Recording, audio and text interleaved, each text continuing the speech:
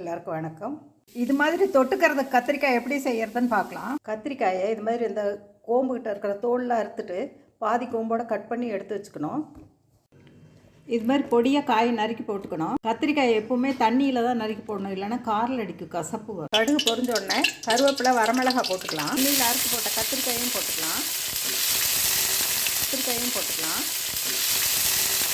இந்தளவு வதங்கின உடனே ஒரு அரை ஸ்பூனுக்கு சாம்பார் தூள், மஞ்சத்தூள் ஒரு 1/4 ஸ்பூனு, வரமிளகாத்தூள் அவங்கவுங்க காரத்துக்கு தகுந்த மாதிரி எல்லாத்தையும் நல்லா கலந்து விட்டுட்டு அடுப்பை சிம் பண்ணி வச்சு அப்படியே நல்லா குழஞ்சி வேகிற வரைக்கும் விட்டுறணும். பாதி அளவு வதங்கி இருக்குது.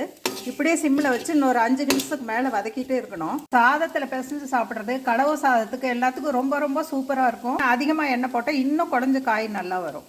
இப்போ காய் அந்த தோலெல்லாம் சுருங்கி நல்லா வெந்து வந்துருச்சு பாருங்கள். அப்படியே எண்ணெயிலே குழஞ்சிருச்சு.